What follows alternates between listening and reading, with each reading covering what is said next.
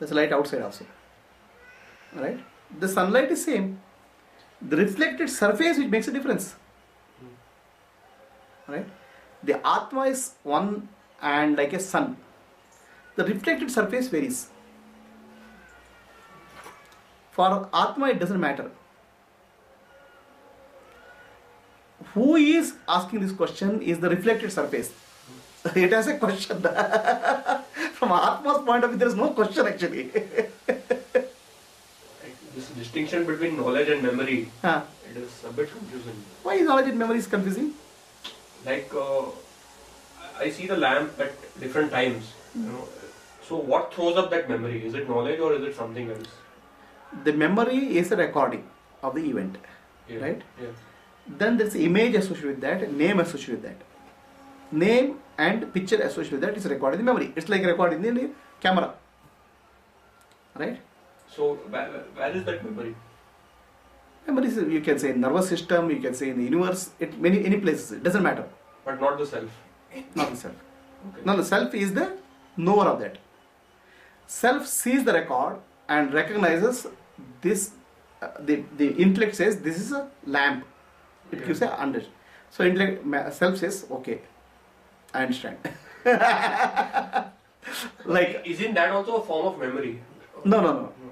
See, for example, let us say you in the laptop, there's a beautiful picture comes up. Okay, so the laptop also has a program. It says this is a beautiful picture. It says, okay, the program is saying from memory. Does it have any value? Subbu says it. The value is given by the sentience, consciousness. Okay, so your body, mind, and intellect is like a computer. It gives a lot of data. That is validated and authenticated by sentience. That is Jnanam. Jnanam is not lot of information. Jnanam is authenticity by the sentience. If you don't exist, whatever laptop says, no value. Right? Your existence gives a value to that. Your consciousness gives a value to that. That consciousness we are speaking of. That means you may not be able to compute as fast as a computer. You may not be able to draw as fast as a picture. That's all job of the body mind complex, which is computer. No, but my question is, what is it that triggers memory? Like, you know, I'm traveling and I see a statue of Buddha. So who triggers that memory? Like, this is the statue of the Buddha. Is it like the first time I identified with it? You know, it got recorded somewhere. Yeah. It is. It is more like a computer mechanism here, learning mechanism. Okay. The neuron connections formed. The neuron connection will have a name and form recording. Okay. Right. It's more of a. The body mind complex is more of a computer, only biological computer. So right now, that earlier days they didn't have concept as computer, biological computer, but still they understood this principle very clearly. Now in the days of modern day with computer and all, we should be able to understand much better, appreciate that much better, because body mind complex is nothing but a computer. Whatever junk which is produced by the computer has no value unless the sentience comes and says, yes, that sentience is the knower is you. Did you understand the difference? So tell me now, what is it you understood? I am always there. So whatever memory or whatever I am seeing it. Right, you are seeing. I'm just experiencing it. Right. I is always the same. Same. Now that's perfectly alright. But the problem comes when you confuse that I with the temporary I. Okay? The body mind complex is like a computer or a mirror. So this I, which sees the face in the mirror and says, the mirror says, mirror shows something, then this I identifies the mirror, not itself. So when you confuse yourself with the body and mind complex, then you start feeling misery, even though you don't have misery. Can you live without that confusion? Is the question. Understood? See, for example, I am walking, you say. The I doesn't walk. I is always only there. What walks is body. Now you are mixing up that I with the body. Who did this trick? The intellect. You accepted whatever intellect says without asking question. Right? Intellect is like a tube light. It can only see what is the body. Body walking, it says I walked. Okay, intellect borrowed the concept of I from the self and said I walked. So you accepted it without questioning that I cannot walk, I doesn't walk, I is eternally there, that you don't question. Oh, somebody died, you say. That I cannot die. The body only has expired. So that unchanging in you is what you are. That's what is called Satya. Jnanam means throwing light of awareness. The computer is there. Unless your awareness is there on the computer, that whatever junk, whatever comes out of that, no meaning in that. The computer itself saying this is beautiful, this is not good, this is ugly, no sense because of memory. You give the validity to that memory. That you means sentience. That sentience is what is Jnanam. Anantam means infinity.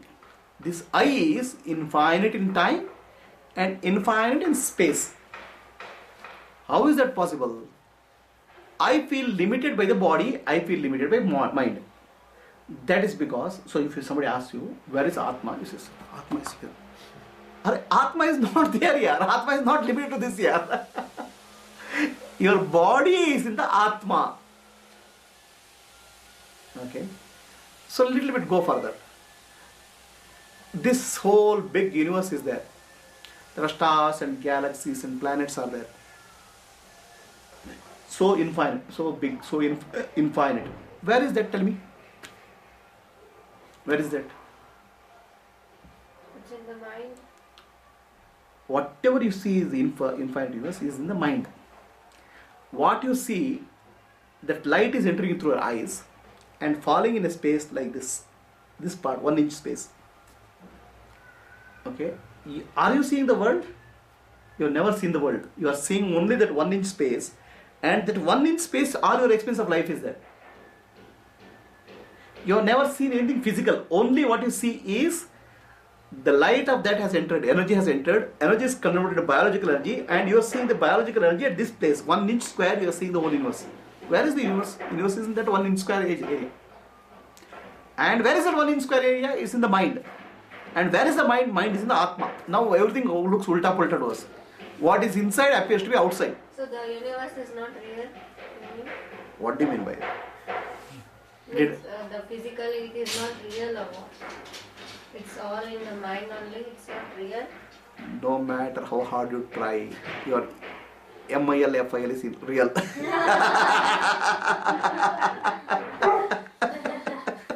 Say, in dream, you see a tiger. Do you run or not run? If it, Maybe in dream I run. dream you run. Is it real for you? No. In dream it's not real? It's a dream. In dream it's real? Yeah, in dream it's real. Only when you wake up it is not real. Similarly, when you wake up from this dream, then you call this as a dream. When you are experiencing it, it's real. The world appears to be real when you are experiencing it. But when you wake up from this dream called world, then you are called enlightened. Then you can say the world was a dream. The world what you see is in here. And all your experience of life is in this small area. So now, for us, what appears to be the world? The world appears to be so big. I am a small piece in the world, and in me, my Atma is there. So what is the reality? In Atma, the body is there. In the body, there is a brain. In the brain, there is an image of the world, and what you are seeing is the image of the world. So where is the outside? Actually, to understand all this, mind has to be silent.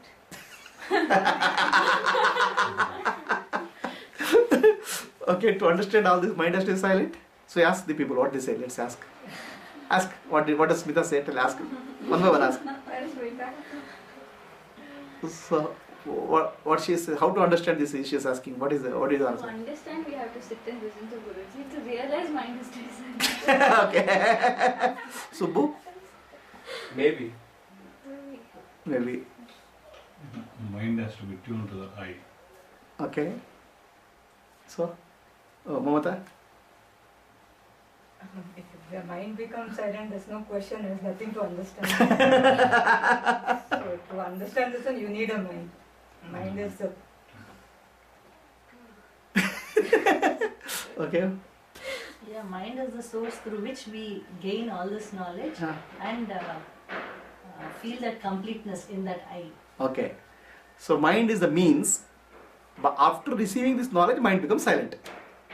And there is no need to understand. After mind becomes silent, what is there need to understand it? So Gayatri, what is it? I just came, I couldn't understand the context. Now she is asking the context. All this world is in Atma. To understand this, mind has to become silent. She is asking. So what is your answer? Yeah, mind has to be silent. If mind becomes silent, then what is there to understand? Nothing. So to That understand, mind only has to understand. through mind only you can understand. Who understands? Not the mind, Atma. After understanding, the mind becomes silent. It is like this. To come to this place, you need a vehicle. After coming from this to this place, you don't need a vehicle. Vehicle is stopped. So the body and mind is a vehicle to understand and experience life. After you understand and experience, then nothing is required. The mind can become silent. More question. How do you visualize this?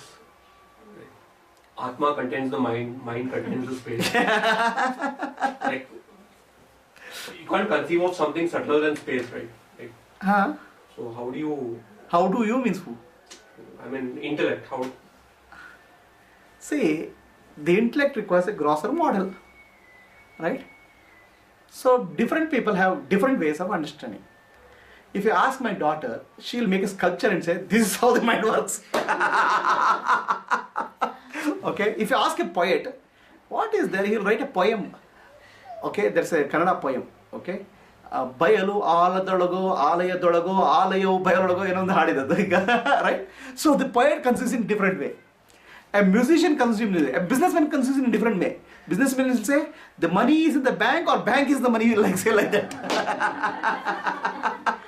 Okay, so the different people with their different vasanas, they can understand in different ways. Okay. So the understanding has to happen based on your frame of reference. If you are three-dimensional frame of reference, you need a 3D model. Then you go to a sculptor. If your frame of reference is 2D model, then you go to a painter.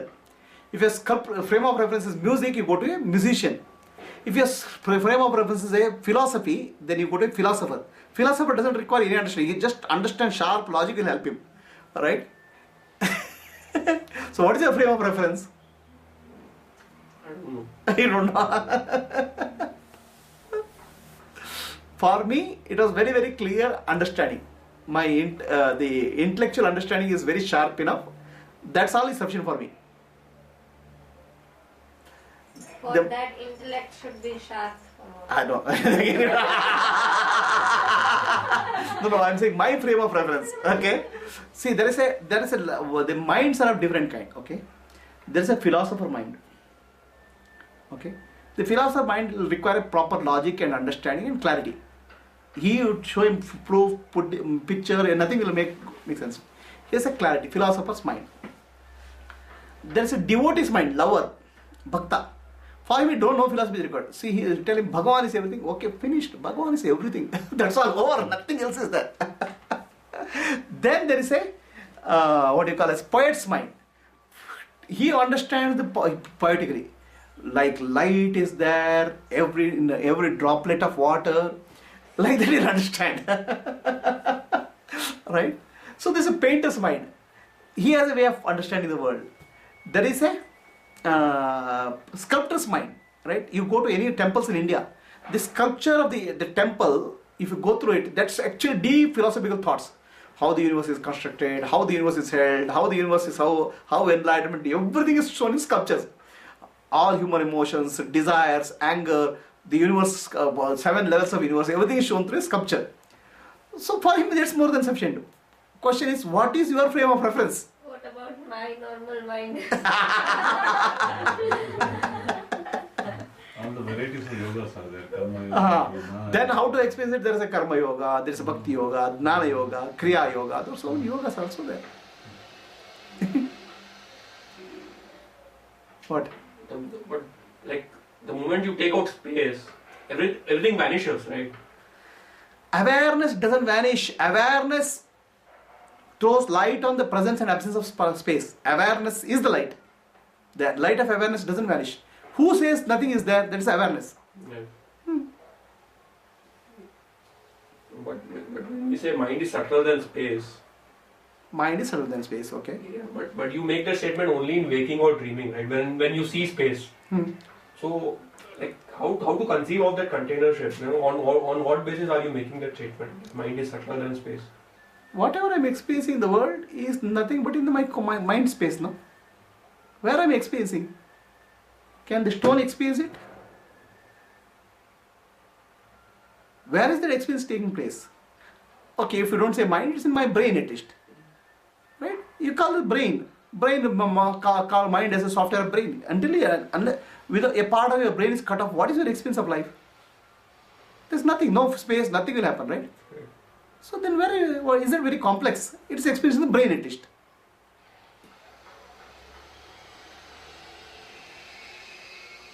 From the mind's eye, we can see only whatever space you can see through the mind's eye. So definitely the mind is a grosser thing or a subtler thing? Mind is subtler. Okay. Forget about waking state. A dreaming state is the best example of your life. In dreaming state, you have seen sky. I don't know what all you see. Okay. Okay. Many people see horror movies. Many people, many things they see. But where is the experience? It all I see experience in the brain and nervous system. Right? The space is there. You walk in a field. Where was that? It's in the mind. See, many times good experience, good understanding of life happens because of the analogy to dream. In dream, all experience of life is within the mind, in the brain nervous system. Okay, so that's where there are three spaces. Bhutakasha is a physical space, vast space what you see. Okay, that vast space you see only is a small part of the mental space, mind, in mind. That you can understand in dreams. In dream, you see the space, you see so many places, everything is hidden in the mind. So the mental space, what is called Chittakasha, is greater than the Bhutakasha, physical space. Okay. Then, the mind has to get awareness, somebody has to know that something is happening in the mind. That's you. The world and mind both are illuminated by awareness, Atma. That's called Chidakasha. The Bhutakasha is a small part of Chittakasha. Chittakasha is a small part of Chidakasha. Chidakasha is what you are, the space, infinite space of awareness. Boundless awareness. That's why Satyam, Jnanam, Anantam, Brahma. Awareness is infinite. Awareness knows the presence and absence of objects and the mind. But you're talking of size right now when you say infinite. So I mean, to conceive of size, you need. Infinite cannot be conceived. Infinite can only pointed out. The mind cannot conceive infinite. Then if I can keep silent. Then you say, this guy is, I have come all the way in a cycle and this guy doesn't talk. See how haughty this person is, or how egoistic this person is. He doesn't even talk. So if I talk, you say, I don't understand. The mind cannot understand. Okay? Mind cannot understand infinity. Mind only can point it towards infinity. And it becomes silent. Okay, this is like this. There was a frog in the well. Okay. A bird comes and sits near on a tree near the well and starts singing about ocean. Ocean.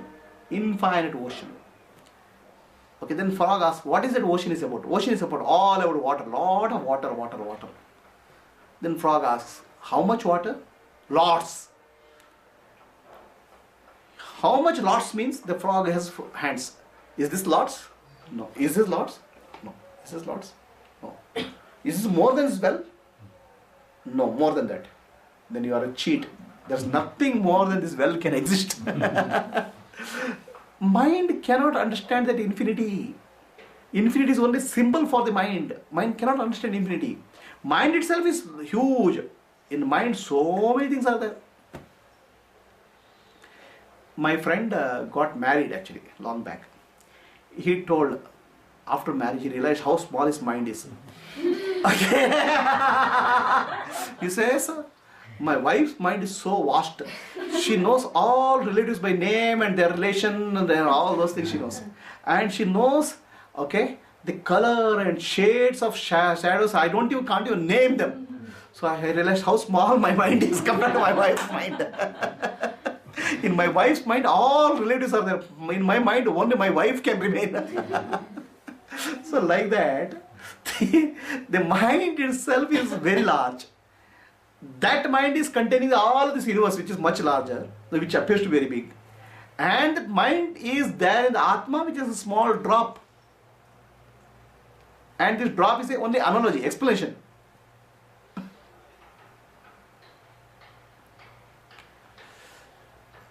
Right? So that is called Satyam, Jnanam, Anantam. So we are happy only when we are infinite. Any finiteness will not give us happiness. So that fill that finiteness, we keep on doing so much of nonsense. Right?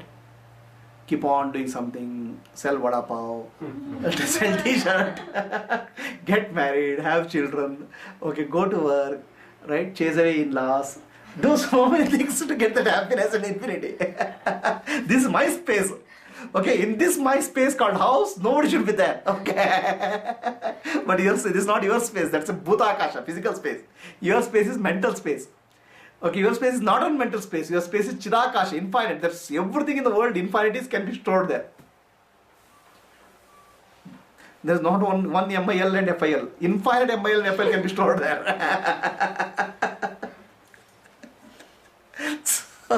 So, why are you going for a small space when the big space is available?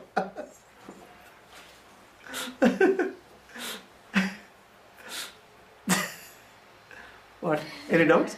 One pair is Only only. am I in this, so it cannot be managed. That's what I'm thinking. So Right? So this is what is Satyam, Jnanam, Anantam. See, what happens is that infinity cannot be experienced. It's beyond experience. With the understanding of that, mind becomes deeply silent. And in that silence, there is infinity.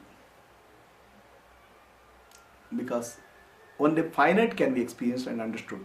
Infinity cannot be experienced. As I say, this I am Atma, Brahma. We get to the concept of Atma. Atman, Yeah. is throwing the awareness, light of awareness. I am Atma, Brahma. Why that? It's pointing to infinity. Now that's because this is a teaching. See, there are Vakya. See, all teaching, please understand. Any Upanishad Vakya is teaching for a non-realized person. A realized person doesn't teach it teaching. Okay? So, realized or non-realized person, a person who is a student, you have to tell him, I am Atma, your Atma is Brahman, that's supreme reality, because he has not realized it. He has that gap. Then he meditates. It's called Upadesha Vakya. I am Atma, Brahma, this self is Brahman, is a Upadesha Vakya, teaching. Then he meditates. Aham Brahmasmi, that's his meditation Vakya. He's not realized, I am Brahman. Okay? Right? Then, after he realizes, he doesn't have to talk anything here. What is the teaching? What is the words used about it? That happens in next sloka, Braghuvalli. Okay, there's a realization. After realization, is just silent. Nothing you have to talk. Okay. Satyam, Jnanam, Anantam, Brahma.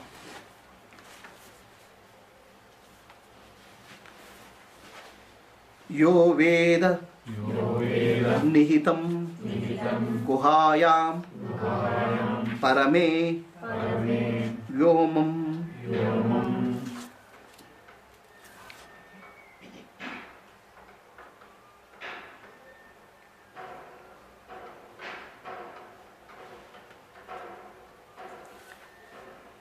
Yo Vedam Nihitam Guhayam Parame Vyoman.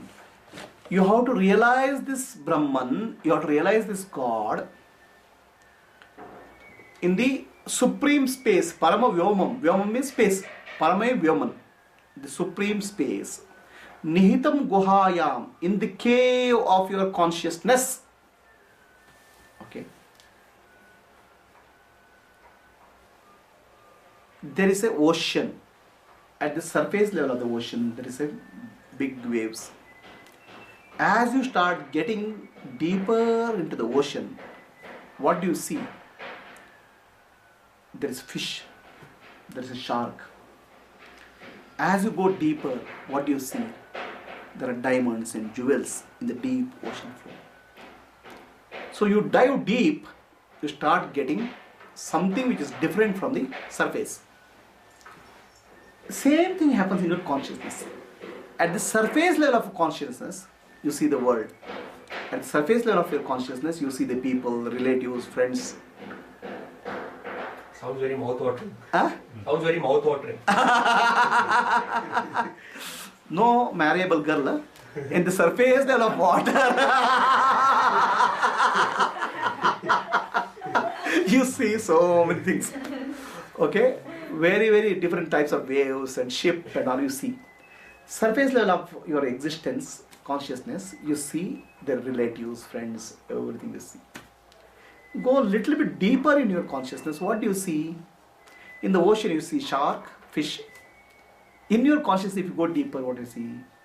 Memories, thoughts, pictures, horrifying memories, okay, beautiful memories. What will happen tomorrow? What happened yesterday? There are sharks. Okay. Then you go a bit deeper. Then what will you see? Then you will see the intellect. Right? Memories, thoughts, intellect, what do you see? Go a bit deeper. Then what is the see? What do you see? There you see the Atma, the self, the supreme reality, the infinite. At the surface of the ocean, there is so much of motion and vibration. At the deepest level, there is no motion, there is deep silence. Deep within you, there is so much of peace and silence and infinite in you. You seek that Parabrahma, supreme reality, Parame Vyoman, Ya Nisham Nihitam Guhayam, in the deep cave. What is this cave? The cave is actually where there is no light.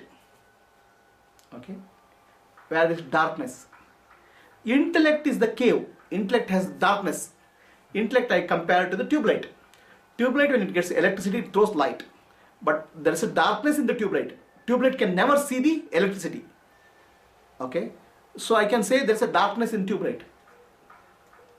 That darkness is, tube light has the ability to throw light all around, but has no ability to see the light, see the electricity. That region of tube light, that is the understanding of darkness. Similarly, intellect has a darkness by which it cannot know the self, it can know only the other.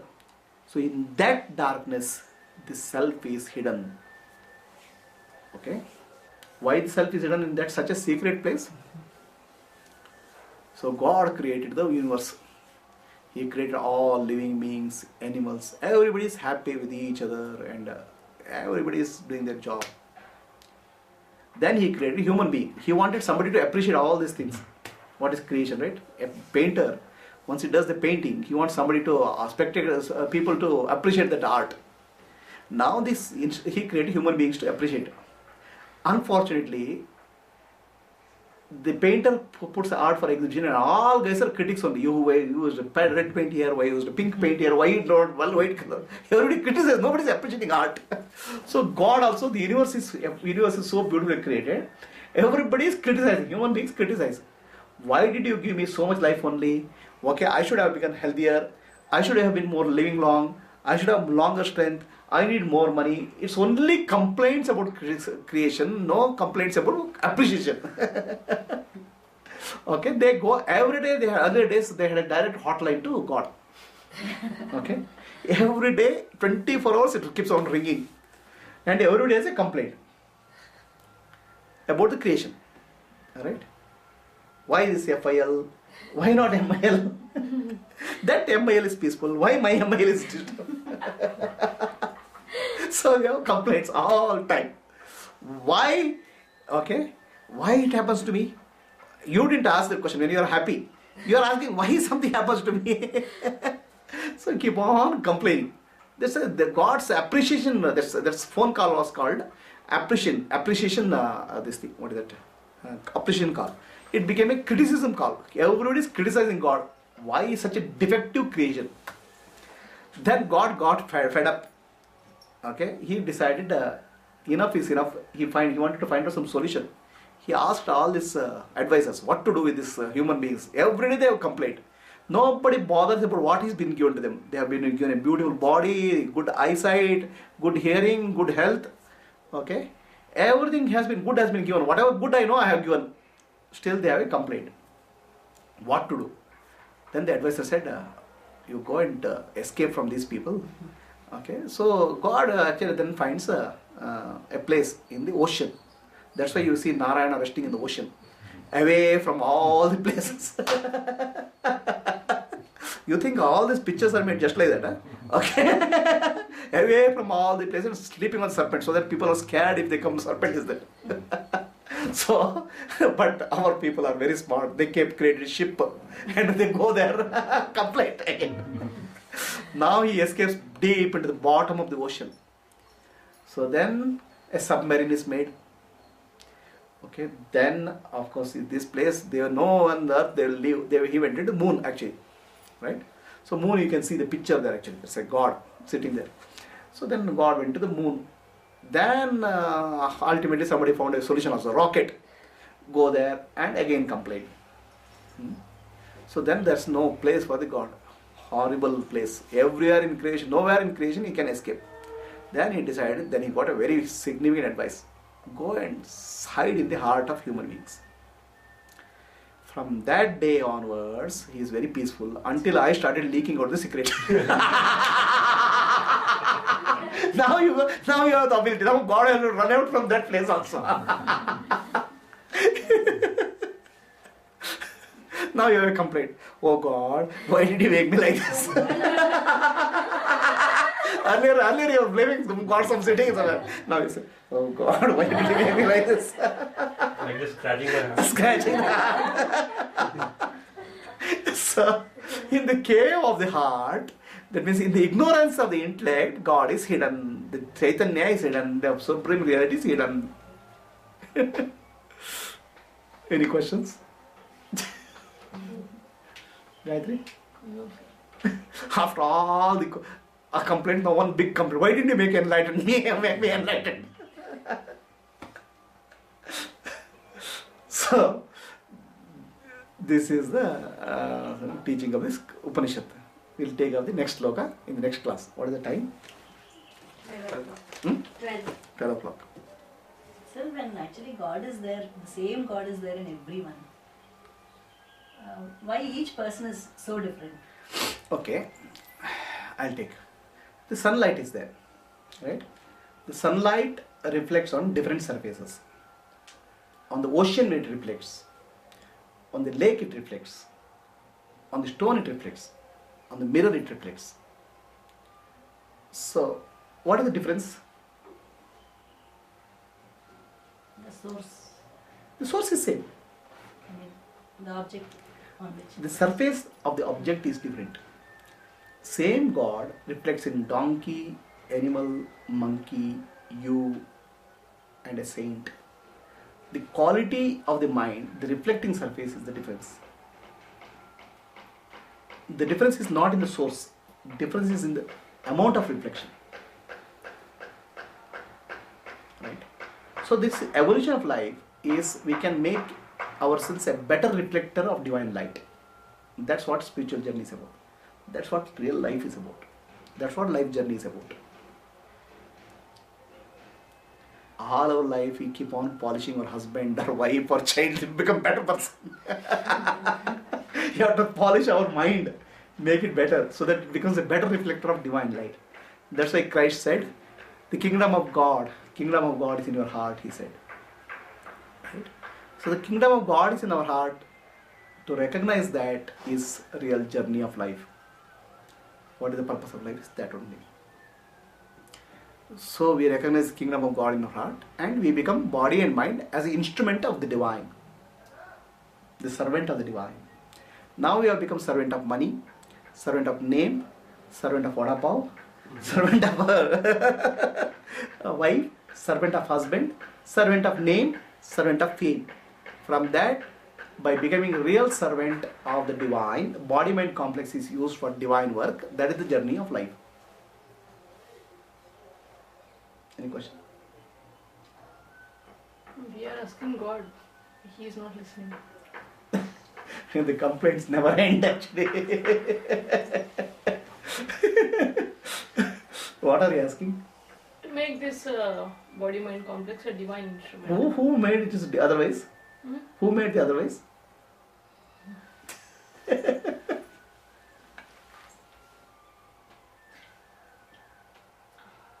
I mean, the offer is made, he is not accepting.